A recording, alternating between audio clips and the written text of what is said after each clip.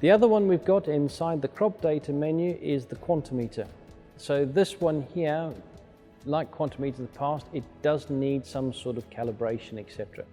So if you're doing a test weigh, this means you start with an empty tank, and then once that tank is 100% full, you unload that complete tank into a grain trailer, and then you go and put that grain trailer over a weigh bridge.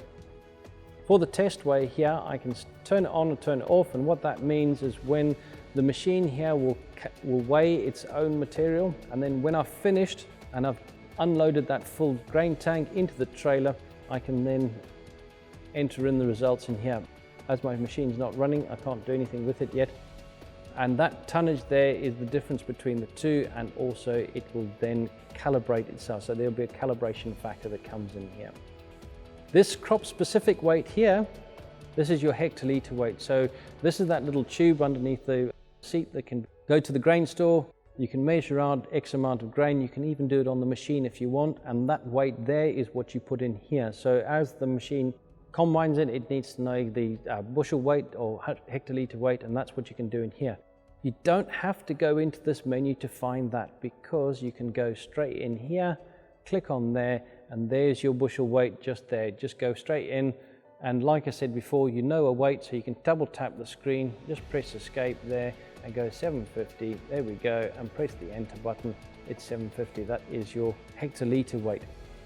So that is specific, this one here. Quantimeter learning process, that is now actually learning. So we've got those two eyes sitting on the clean grain elevator, and what we need to do is calibrate the eyes into knowing exactly how thick the actual elevator paddle is. So as you combine, those paddles will change thickness, so we need to make sure that we know exactly what that is.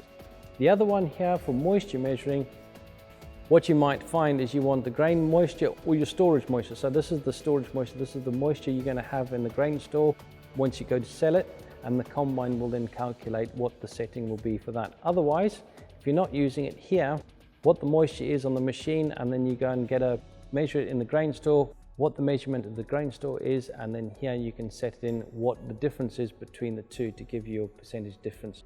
So that's your calibration factor for your grain moisture. That all then goes into your yield monitoring as well as onto your telematics.